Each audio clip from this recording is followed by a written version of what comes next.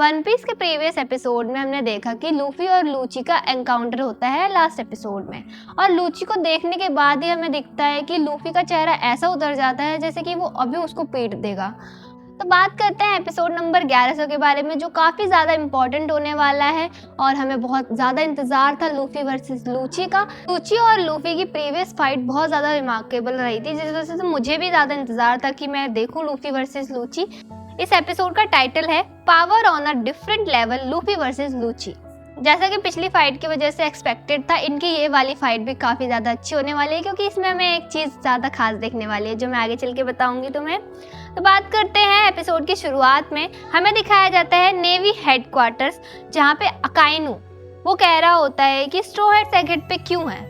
अब उसे भी नहीं पता कि एगहेड पे क्यों है स्ट्रो हेड्स, क्योंकि ये किसी को एक्सपेक्टेड नहीं था कि स्ट्रो हेड जो है वो एगहेड आइलैंड पे हो सकते हैं, क्योंकि वो वानों में अभी लड़के आए हैं और फिर वो एगहेड जा रहे हैं, तो ये तो बहुत ज़्यादा क्वेश्चनेबल चीज़ है।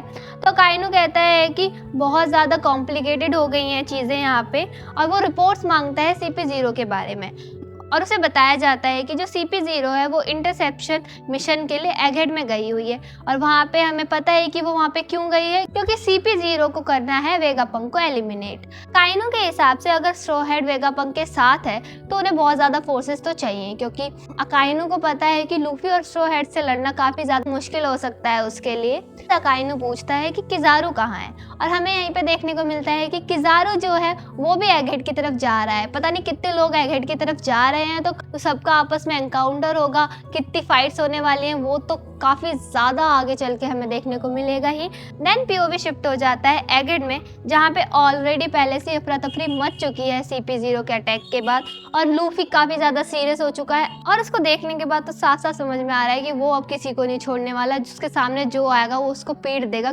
क्योंकि CP0 ने हर्ट किया है उसके फ्रेंड को। जिम्बे और चॉपर उसे रोकते हैं, कहते हैं कि शांत हो जाओ और शांति से सोचो। CP0 भी लूची को कोई कदम उठाने से मना कर रही है कि बिना सोचे समझे कुछ भी मत करो, और दोनों ही बहुत ज्यादा रेज में है। लूफी फर्स्ट अटैक के साथ इस फाइट को शुरू करता है। काफी अच्छा कॉम्बैट यहाँ पे हमें देखने को मिलता है लूची वर्सेस लूफी का, और उसके बाद लूफी अच्छे से दो रहा है, लूची को एक पंच से ही वो कोसों दूर उसको पहुंचा देता है।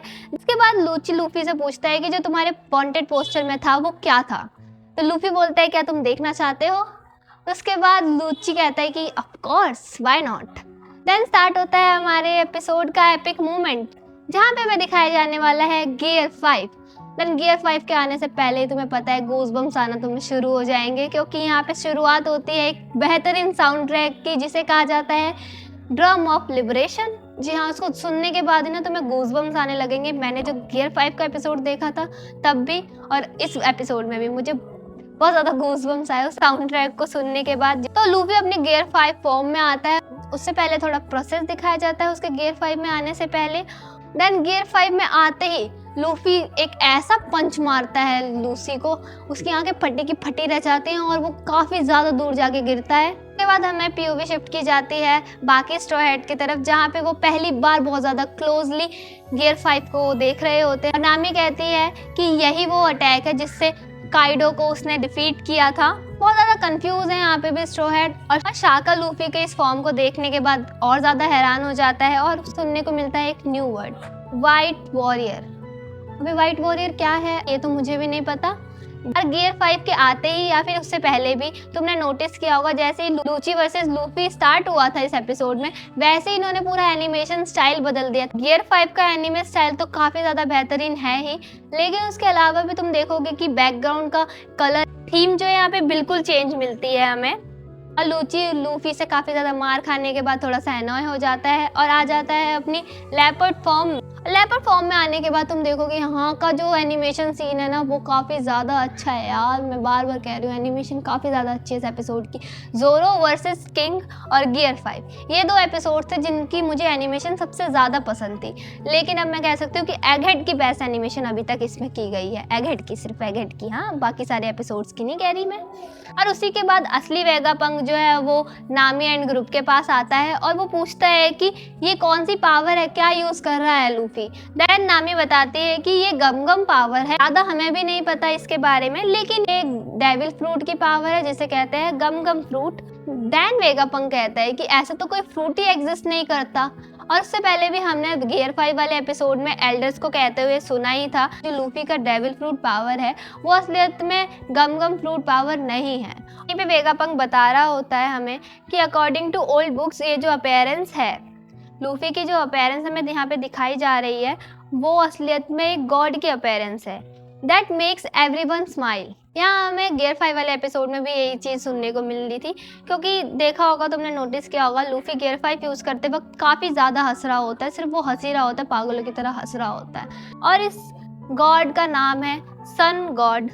और यही सुनने के बाद स्ट्रॉ हैट जो है वो काफ़ी ज़्यादा कंफ्यूज हो जाते हैं और सांजी तो यही कहता है कि ये स्टूपिड कैसे गॉड हो सकता है, मतलब अपने कैप्टन की कोई इज्जत ही नहीं है। सेंतामारू को दिखाया जाता है जो बेचारा सोच रहा है कि वेगापंक और जो CP0 है वो उसके अलाय हैं और पायरेट जो है वो उसके एनिमी है और वेगापंक उसे ऑर्डर देता है कि तुम CP0 को यहाँ से दूर करो।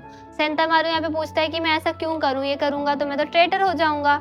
देन वेगापंक उसे प्रेशर करता है और कुछ चीज़ें बोलता है, इस वजह से सेंतामारू को प्रेशर में आके CP0 के अगेंस्ट लड़ना पड़ता है और एसबीआर को ऑर्डर देती है CP0 की सेंतामारू को अटैक करे। हमें सेराफिम की अथॉरिटी चिप के बारे में भी यहाँ देखने को मिलता है जहाँ पे हमें बताया गया है कि अथॉरिटी चिप है जहाँ पे 5 एल्डर्स वेगापंक, सेंतामारू, CP0 इन चारों के ऑर्डर सेराफिम मानेंगे और इनको भी ऑर्डर में लिया गया है जहाँ पे 5 एल्डर सबसे पहले हैं और फिर वेगापंक है, देन सेंतामारू, CP0 आता है। इसी वजह से जब सेंतामारू ने ऑर्डर दिया तो CP0 को छोड़ के एसबीआर ने सेंतामारू का ऑर्डर माना और CP0 पे हमला करने लगा। अगर 5 एल्डर्स ने यहाँ पे ऑर्डर दिया होता तो उसके अलावा वो किसी की भी बात नहीं सुनते।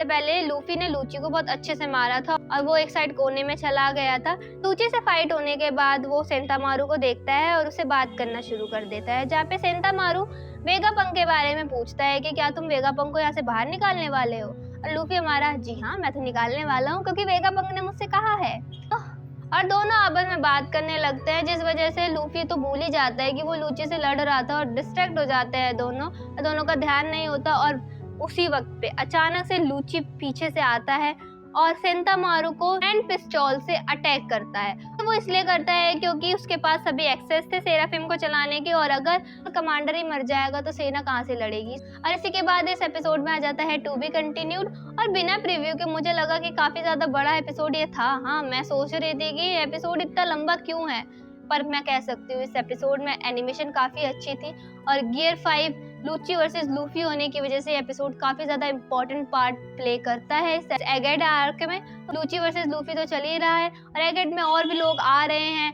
किज़ारू तो एगेड में आ ही रहा है, साथ में नेवी भी कुछ प्लान कर ही रही होगी लूफी और वेगापंक के लिए, ये तो अगले एपिसोड में हमें पता चलेगा। लेकिन शायद अगला एपिसोड फिलर या फिर प्रीव्यू होने वाला है बाकी एगेड का, तो पता नहीं। बात करेंगे अगली वीडियो में अगले एपिसोड के बारे में। तब तक के लिए बाय बाय, सायोनारा, बाय बाय।